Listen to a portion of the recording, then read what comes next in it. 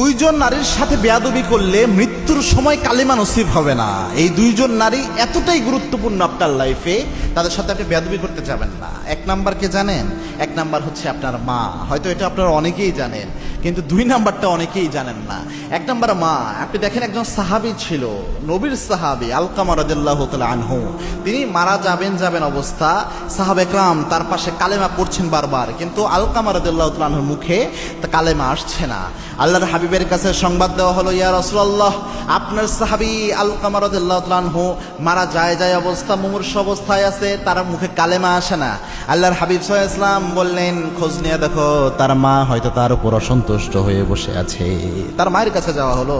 সাহাবা একরাম প্রশ্ন করলেন যে, মা, আপনি কি আপনার সন্তান আলকামার উপর কোনোভাবে রাগান্বিত কিনা? তার মা বলছে, হ্যাঁ, বউ পাওয়ার পর আমি যে মা এটা সে ভুলেই গেছে, আমার কোনো গুরুত্ব সে দিত না, সব সময় বউয়ের দিকে টানতো, এবং কি আমি মা হিসেবে 1 ইঞ্চি মূল্যায়ন আমাকে করে নাই, আমাকে ভুলেই গেছে, এই কারণে আমি তার উপর একটু রাগান্বিত। তখন তাকে বলা হলো, আপনার ছেলেকে আপনি মাফ করে দেন, তার মুখে তো কালেমা আসছে না। তার মা বলছে, আমি মাফ করবো না। আল্লাহর হাবিব বললেন, কিছু কাঠ জোগাড় করো। কাঠ জোগাড় করে যখন দাউ দাউ করে আগুন জ্বলছে, আল্লাহর হাবিব সাল্লাল্লাহু আলাইহি ওয়াসাল্লাম বললেন, তোমার ছেলে আলকামাকে এখানে আমি ফেলে দিব। মা চোখের পানি ছেড়ে হাউমাউ করে কান্না করে উঠেছে, 10 মাস আমি আমার সন্তানকে পেটে ধারণ করেছি, এই জন্য নয় যে এই আগুনের মধ্যে আমার সন্তানকে আপনি ফেলে দেবেন ইয়া রাসূলুল্লাহ। তখন আল্লাহর হাবিব বললেন, তুমি যদি মাফ না করো, আল্লাহ তো জাহান্নামের আগুনে তাকে ফেলবে।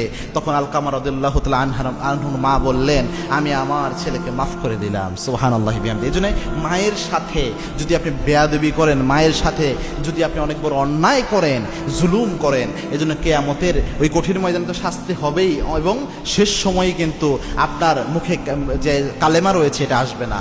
2 নাম্বার হচ্ছে আপনার স্ত্রী।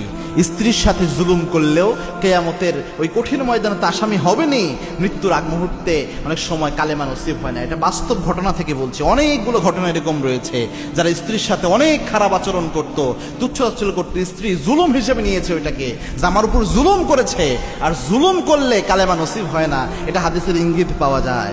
এই জন্য আপনার স্ত্রী, যদিও আপনি এটাকে মনে করেন এটা কোনো ব্যাপারই না, বাহিরের মানুষের সাথে অন্যায় করলে আপনি সুন্দর মাপ চেয়ে নেন, কিন্তু স্ত্রীর কাছে অন্যায় করলে স্ত্রীর সাথে এটাকে কিছু মনেই করেন না, অথচ স্ত্রীর সার্টিফিকেট কিয়ামতের দিন লাগবে।